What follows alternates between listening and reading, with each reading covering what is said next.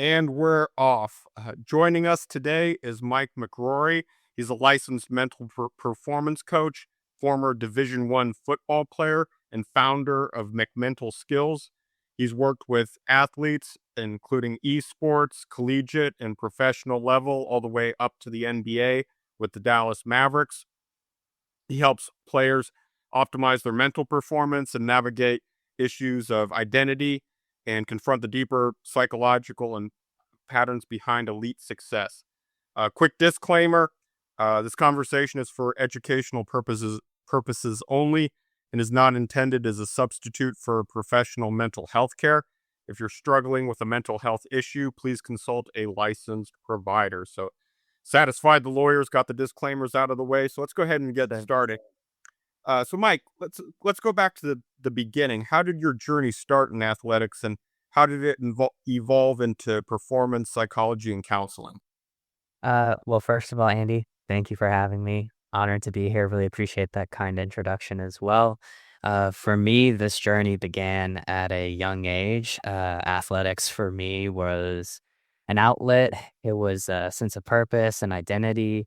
From an early part of life, I know that that helped to build up my self-efficacy and my confidence, and was able to carry that journey all the way up to the college level when I was really fortunate to get to play in college at TCU. And while I was playing there, I had to figure out what I wanted to do next. I had a pretty strong sense that I was not going to play football on Sunday, so I had to figure out what did a career look like. And right time, right place. TCU had an undergrad program in sports psychology.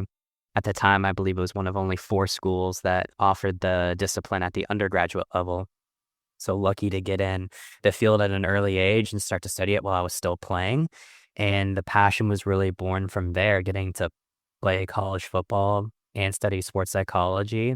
I knew I would want to specialize in a career in mental health as it related to athletes. Yeah. So, was there a and I totally get the realization that we're not going to play on Mhm. Sunday.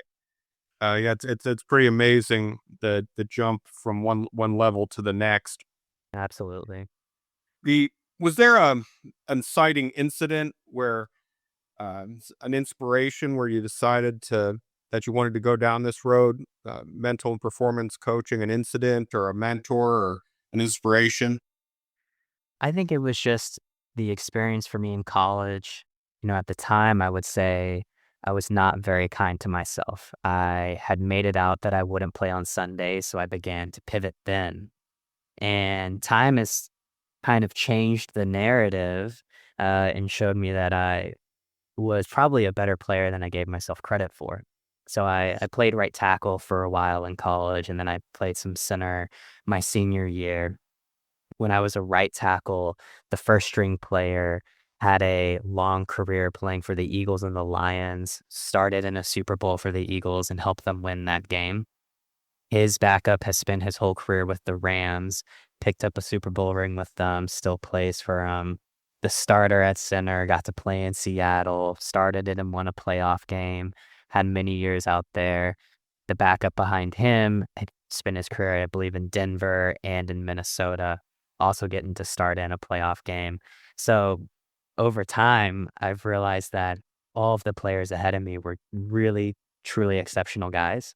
And if we were any other college program, you would say, wow, that was a great offensive line room for Georgia or for Alabama. But we were at TCU and we had that kind of depth and talent in the room. That was just for center and right tackle. We had other players, other positions who made it.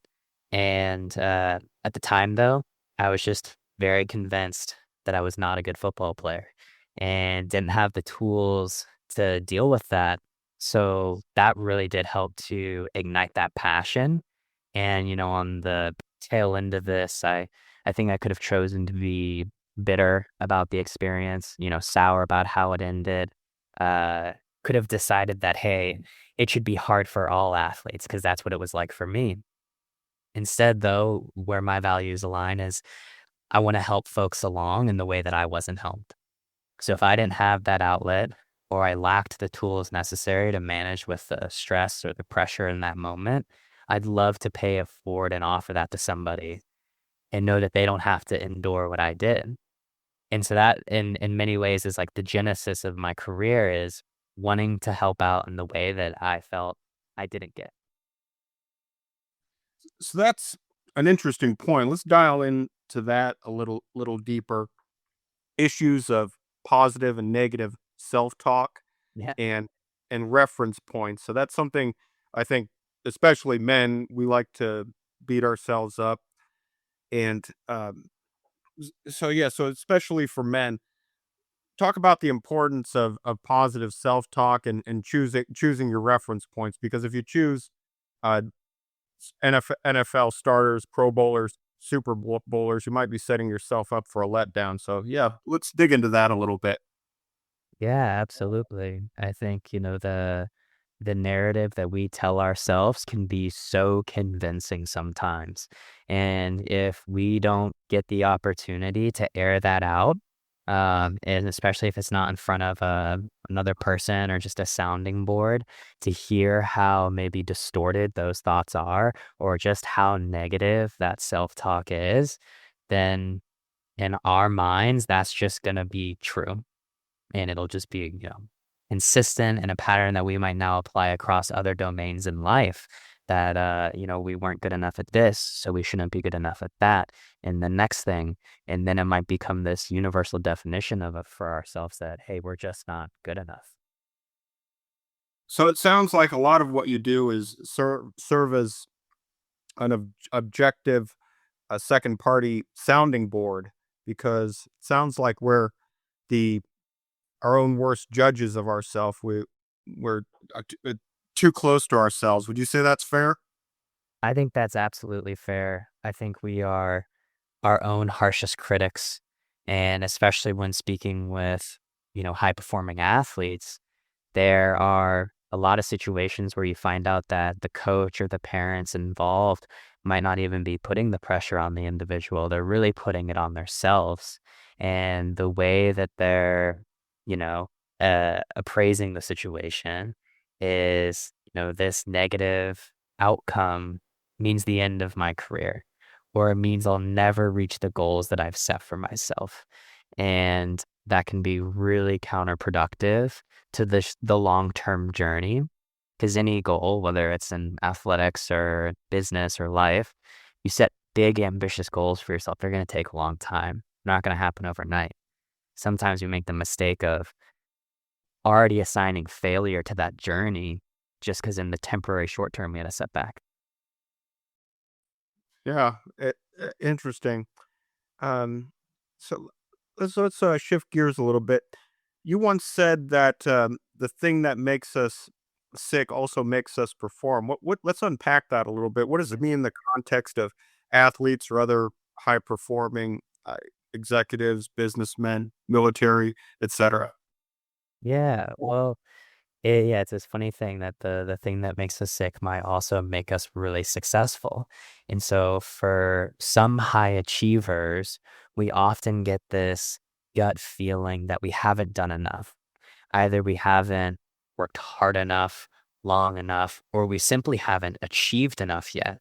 And that pervasive feeling might motivate us to work longer, work harder, and ultimately achieve more, but at the cost of our happiness. It might make us really unwell because we're so unhappy, but it also might be the reason why we're accomplishing so much. Yeah, fascinating.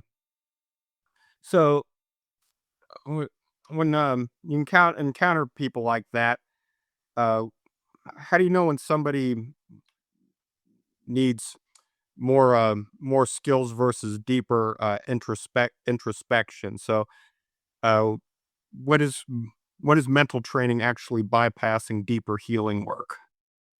I think a lot of this comes down to if the problem is localized or generalized. So let's say it's a baseball player who comes in and they say that, they're in a slump and they're not hitting well, they're struggling to get on base. And if the problem is just contained to that situation, then this might be an excellent candidate for performance focused work. But if you peel back the layers and uncover that one, other parts of their game are affected. Like they can't field right now either, or they can't pitch right now. But two, it's if the other domains of life are affected, are they no longer hanging out with the same friends? Are they no longer engaging in that romantic relationship that they were in? They're not watching the same TV shows or playing the same video games, or maybe now they're actually engaging in those things in an excessive amount. Looking for changes like that suggests that this is a much deeper issue that's now affecting more of their life. Yeah, that's fascinating. I see lots of analogies in my own world, like in nutrition. So sometimes people just need better recipes. Sometimes when you start asking them about food, they'll say things like, "Well, my grandma yelled at me because I didn't finish my dinner, and my mom yelled at me because I'm fat." It's like, okay, well, this is this is deeper than recipes, meal prep strategies. We're gonna need some more help. Uh, yeah, you're a fan of the body keeps score. How trauma shows up in the body, especially in men who don't feel like they have trauma. Talk about that. Absolutely. Love of the Body Keeps the Score. I think it's a great book for any clinician to read, but even a person who's not a licensed professional, who's just a fan of psychology, I would highly recommend the book. The interesting thing that comes from trauma is our nervous system is really out of order and we are in and out of fight or flight, and probably staying in fight or flight much longer than we need to be, when the danger is no longer present or the threat's not there anymore. And so in a fight or flight situation, you have to be tense. You have to have your, body ready to act. But if you're stuck at that for long periods of time, I imagine you must be so tense, so tight. Your muscles must be so wound up. And if we were think about from a high performing athlete perspective, they're always pushing maximum effort in the sense of like strength or speed. And anyone who's been around that space for a long amount of time knows that you can't just train at maximum effort forever. You can visit it for short periods, but you have to then deload. You have to take some time off, or else the body breaks down with injury. You burn out, or you just get weaker or slower because you can't sustain that effort forever. So if there's, trauma involved and our alarm system is always going off and we're always in fight or flight, that would be maybe a place to start evaluating to see, is this what's holding me back? So yeah, let's dive into trauma and shame. Another book that we talked about in our previous discussions. I thought it was just me.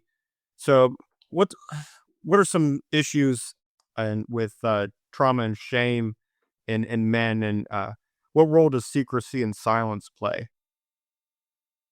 I think secrecy plays a big role in that, and I'm sure you may recall from that conversation that in Brene Brown's work, she originally didn't investigate men at all. The subject didn't matter to her. And then a man came up to her after one of her book signings and shared with her that his wife and his daughters would rather see him die up on his white horse than fall off of it.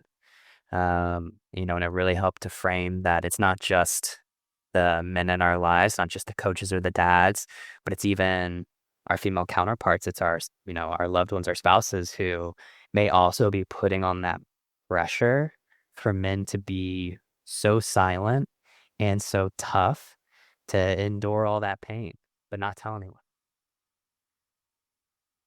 So there's probably all males, men, and there's always going to be that element of stoicism.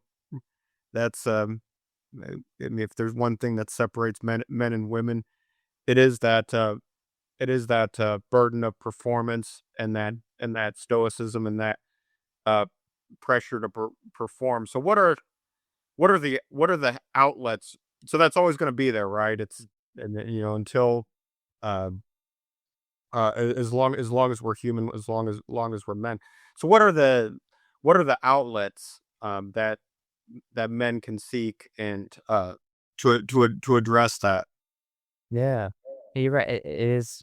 sort of always gonna be there, because I think in today's world, we have probably more two-income households than we've ever had. And there are probably households out there where the female counterpart is out earning the male counterpart, and that individual may be okay with it. But for a lot of men, it's still a concern. A lot of men, they still feel shame about that because they were socialized to believe they're supposed to be the leader. They're supposed to be, the primary breadwinner. And so then right now it's kind of, I guess, a question of, well, where do we go from here if we know that this is an issue, that the men are hurting and they don't have a place to go? And I think it's a good thing we're talking about it, but I think it could be better if we focused on having maybe a third place again. There's the idea that people used to have that third place to go to, and preferably it doesn't become the bar again, because that might invite some other negative consequences. Um, but having spaces where you can go and indulge in your hobbies and your interests and be in community with other men, I'm afraid that we're becoming a little too siloed off. And when we get siloed off like that, that's when some of the self talk will kick back in and convince you that you need to isolate, you need to be alone. No one understands what you're going through as a man. And then we get this loneliness that's it's like an epidemic for men, that I think, we're, like I said, we're siloing off, we're becoming less connected with one another.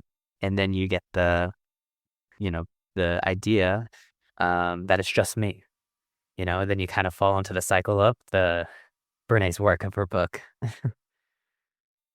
So, talking about men's mental health, as you know, I work with 40-plus-year-old male executives, entrepreneurs, and senior professionals. That demographic, in particular, about 40 plus, what are the coping mechanisms that start that stop working at that stage? So we joked before in our previous conversation, coping mechanisms work until they don't. And would you say that there's an age when the wheels start falling off the bus? I think that age probably, fluctuates for a lot of us. It depends on maybe what life has decided to deal us. Some people are very fortunate to get to delay life circumstances or situations that might force them to grow up. And then other people might just have to go through those experiences much earlier in life. But I think you are seeing, let's call it the 30s to 40s, that uh, men kind of wake up to something and realize the things they were doing to get through these years are no longer helping, and it shows up, I think, in a lot of ways, their health. They realize that sleeping so little because they work so hard is actually hurting their work, or the excessive drinking of alcohol for social camaraderie or for advancement in the workplace is making them feel worse. The neglecting their bodies by not, moving, stretching, lifting, it's causing them to atrophy and, have balance issues and pains and aches that they could have otherwise put off. And eventually all this stuff does catch up if we spend so many years neglecting it. And, another way I think you can see this is the anger starts to seep into other things in life. And so they might have really been able to contain it at work or at their performance or in their sport for a long time. But as that's not going well, it starts to show up in other ways. And so even I'll see it for myself if I'm, engaging in one of my hobbies and I make an error or mistake, I might get really angry that I made that mistake. And a hobby that should otherwise bring me joy and mastery, something I'm passionate about, that to me could be an indicator that it's, other areas of my life, something's come up and I'm letting it bleed over into my other pursuits.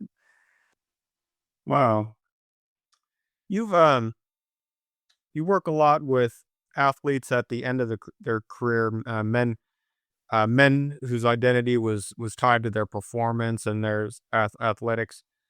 Uh, how do you deal with that what now phase, helping them transition into their post gridiron life? Yeah. A lot of us can confuse what we do with who we are. So, especially for athletes, but I know successful men in their careers aren't too different. We heavily identify with being an athlete or being a manager or an executive in our workplace. And if that's the only thing we think about, we've neglected all these other roles that we might live in our life. We're meant to also be part of a community, be a family member. If it interests us, be a spouse or become a father. Um, and if we haven't paid attention to those other things, then when we transition out of a specific job we worked or we transition out of that athletic career, now's the time to really turn our attention to those other roles and figure out, well, how can we excel in those? And how can we start to redefine success? Because up till now, success has been really pretty narrow and fragile. It's been really dependent on like if we succeed as an athlete, then we're successful in everything else. But then when that gets taken away, you don't know who you are, or if that wasn't going well, you start to feel negative in all these other roles or domains of your life. So I think it's really important when you're exiting an athletic career or you're exiting maybe a stage or a big job in your professional career to then reevaluate, like, how am I defining success? What are the other roles that give me an opportunity to demonstrate my success or my capabilities and start from there? So you worked with a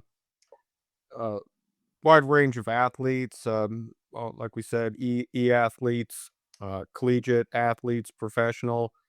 Uh, so when a high functioning guy, otherwise high functioning guy, comes into your office, where do you start? So I always like to start with what's the problem and what does it mean to them? So I guess if we were using a example of a basketball player and they come in and say they're not hitting their jump shot like they want to, you might want to ask, hey, like, what does this mean to you? And then they start to reveal the layers to it. Oh, it means that getting less playing time. I'm coming off the bench less. And what does that mean? Well, maybe that means I won't get the contract extension. And what would happen next? Well, if I don't have a contract extension, then I'm out of a job. What happens after that? Well, then I'm worried about my financial situation and my savings. I no longer have income. And so they might quickly jump to that complete catastrophe that's at the end of these events. And so every single missed jump shot to them feels like a step closer towards catastrophe. But the reality is, like, those two things don't equal each other. You could miss plenty of jump shots or make plenty of jump shots and still get the contract or not get the contract. And you really don't know that all those things are going to lead to the catastrophe in the end. But for these people, that's where I think it's important to start there is, hey, you say jump shots are the problem, but what's really the issue here? What does this mean to you? That's interesting. Let's unpack that a little bit. Go- just to kind of paraphrase what you said, reflect back on what you said. Going from zero to catastrophe, um, mentally. How do we how do you stop that downward spiral and cascade? That's a great question. I think you really have to get the person saying this out loud and continue to encourage them to say, like, then what would happen next? What would happen next? Until eventually they've run through the whole catastrophe. And it's like, and if that happens, what would you do? And at a certain point, eventually the person is probably going to give you back the answer. I don't know. I guess I'd figure it out. I guess I'd try something else. I guess I'd go look for, I'd figure out what my career is after basketball. And now they've actually talked themselves into the solution and help them realize, okay, so even in the worst possible scenario, you still come out on top. You still find a way to figure it out. But you can also try to go back a few steps and be like, does missing a jump shot actually mean you don't get the contract? And help them intervene way early before this catastrophe ball even gets rolling. Wow, yeah, that's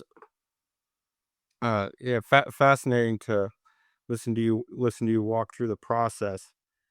Uh, and during the evolution of your career, what would you say is the one thing that that you knew now that you wish you would have learned sooner? Mhm. That's a fun one to think about. Um, I think there's probably a lot of directions I could go with that. Um, a big one is to think about where you want to go in your career, like who it is you want to be most like, and then seek advice from that person. Try to mimic their career path. And when you start out, everyone's gonna feel more successful than you, because in some sense they are. When you first start out, you're not employed in this field, and a lot of the people you go try to network with are. So they have better title, better pay than you, more responsibility than you. Um, but I think it's really important to keep your eyes on like, well, my long-term vision is I want to go here.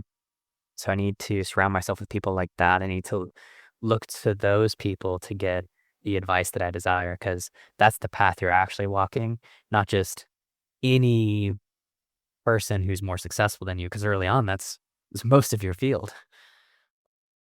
Wow. Yeah, it kind of gets back to what we were talking about with our choosing our reference points and maintaining that positive self talk, stacking those micro victories. Hmm. Yeah. So let's so we coming up on time here. Let's shift gears to the lightning round. Sure. What's your favorite non-health topic to nerd out about? Um, I hinted at this earlier. I didn't say what my hobby is. My hobby is home brewing beer. So that's a very non-health related topic. Um, but that is easily my favorite thing to nerd out about. I'm actually in a class right now to become a certified beer judge so that I can participate in homebrew competitions and judge other people's homebrew and give them feedback and hopefully not discourage them from continuing the hobby. But brewing beer is pretty fascinating for me. Yeah, the professional drinker, you're going to have to specify that on your taxes to the IRS. Uh, what's g- in sure in your field, there's lots of fads.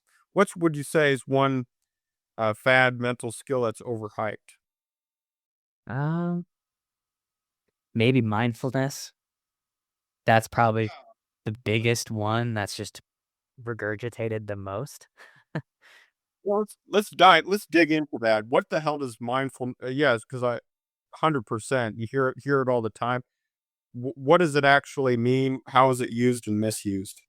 Yeah, I mean, mindfulness is a process of being focused on the present moment in a non-judgmental way. So I think the importance is mindfulness to me is always confused as a state of being. And when we communicate the advice of mindfulness, we might often say, like, be where your feet are. And to an athlete, they're like, okay.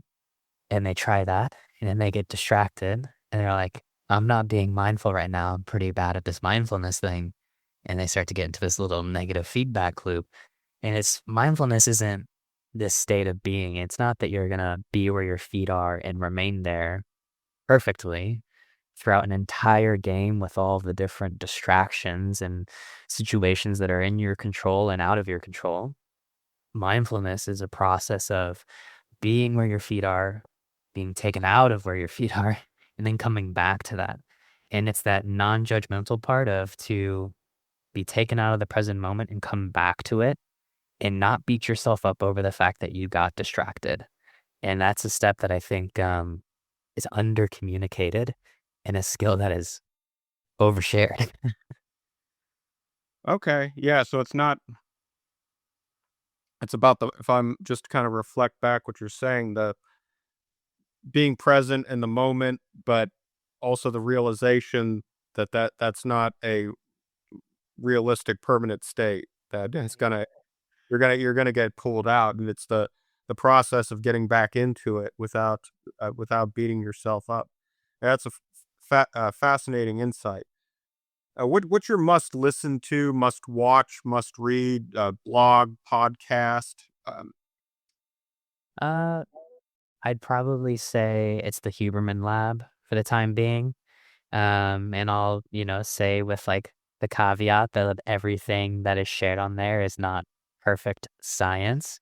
If you catch them extrapolating evidence that hasn't maybe been repeated yet, just take that with a grain of salt. Or something on the show sounds too good to be true, take it with a grain of salt. But in general, like I think the show is more on the money when it's not.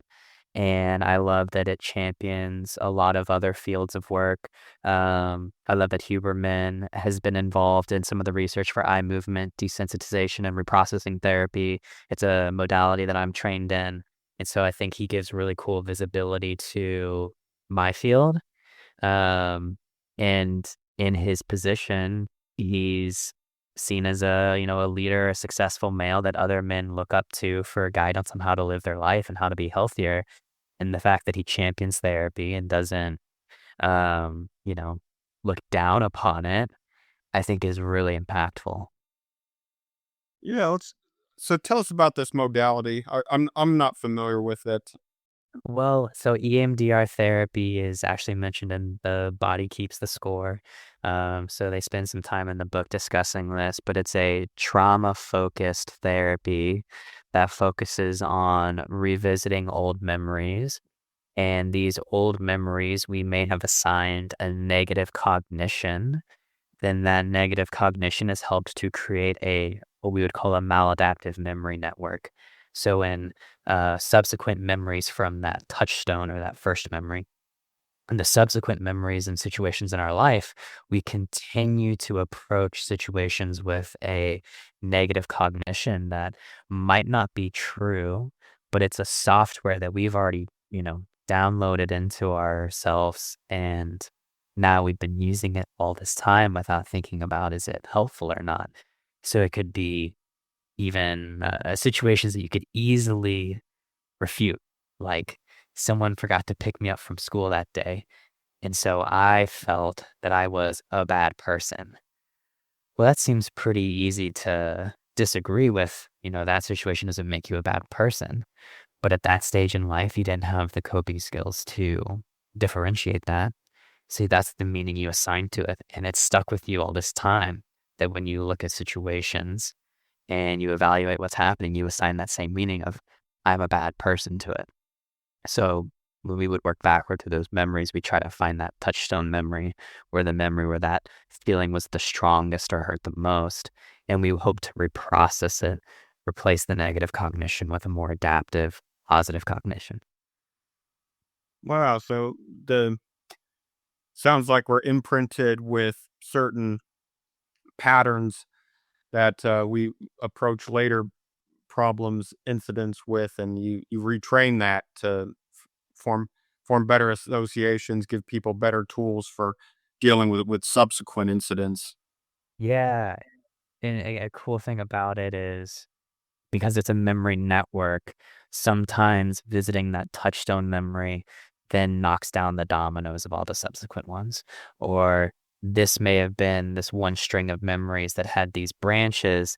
You'll see the branches kind of fall as well just by working through all those primary memories that you were focused on. Wow, does that translate into sport and performance and business? We can uh, those initial incidents, they ingrain patterns that affect subsequent performance. I think so. I think it certainly translates because athletes are going to come to you with that one really negative performance that then they let define the rest of the game or the rest of the season or maybe even a period of their career. And so I think that's a great opportunity to apply this modality. Another example would be returning to sport from injury. When you come back from injury, lots of times we start to assign these negative cognitions as if I'm defective or I'm broken or I'm weak. And it's like, well, an injury didn't make you weak. Like you didn't have the injury because you were a weak person. So those are great opportunities to do the work and future templates are creating a scenario where you're envisioning success and then also introducing an obstacle that you overcome and still find success So absolutely applicable in the sport context, and I'm sure we can certainly relate that too to a business context of, envisioning success, overcoming challenge, one negative moment in your career that you've allowed to define yourself for too long. Yeah. So what's the one thing that you believed in earlier in your career that you no longer buy into? Mm. Um, that's another fun one to think about, and I feel there's like so many directions I could go with that. Um, I think early in my career, especially as I was still transitioning out of my experience as an athlete, I thought it was very important to work with the biggest and baddest possible clients because that was a measurement of how good of a clinician I was and how successful of a professional I was. And I would argue it's not true. I know plenty of folks who haven't done maybe the flashy type of clients, and they're incredible clinicians. They're very impactful for their client's life. They help move mountains for these people, and their resume may not say the MBA on it, but it doesn't mean that they're lesser for it. In fact, they may even be more capable than I am.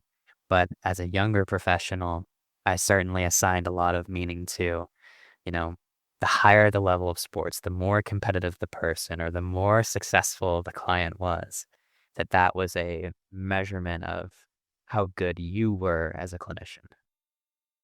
That's a fascinating insight. So it's not about the best client, it's about the best client for you, the best fit for you. Something we should all take to heart. So for the guys listening, smart, successful, might be struggling. What would you say is the first step that he should take right now to start moving in the right direction? Um, First step, I think, have like a try to do a catch-all answer here. It's more about like what you do after that first step. I think for all of us, we need to find thing that's gonna be a net positive, that's gonna make us feel a little bit better. And that might look different if it's just a 10-minute walk outside, if it's introducing a lifting day to our fitness routine. Is it eating one nutritious meal? Going to therapy? Is it doing some journaling for some self-awareness? Is it some meditation to try to reduce the noise in our life? I mean, there's so many options that we could start with, and the mistake might be to start with too much rather than picking the one that feels the best to us and the most sustainable. So once you pick the one, then I would say spam it every day and do it all the time and watch it pay off over a longer period. And then you might find as you've really adapted that as part of your routine, now you're ready to take on even another positive habit or strategy that makes you feel better. So start simple, find the one thing that works great, and then spam it. Do it as much as you can. Start stacking micro victories. I love it. So people who want to find out more, learn more about your work, what should they do? Well, I have a website.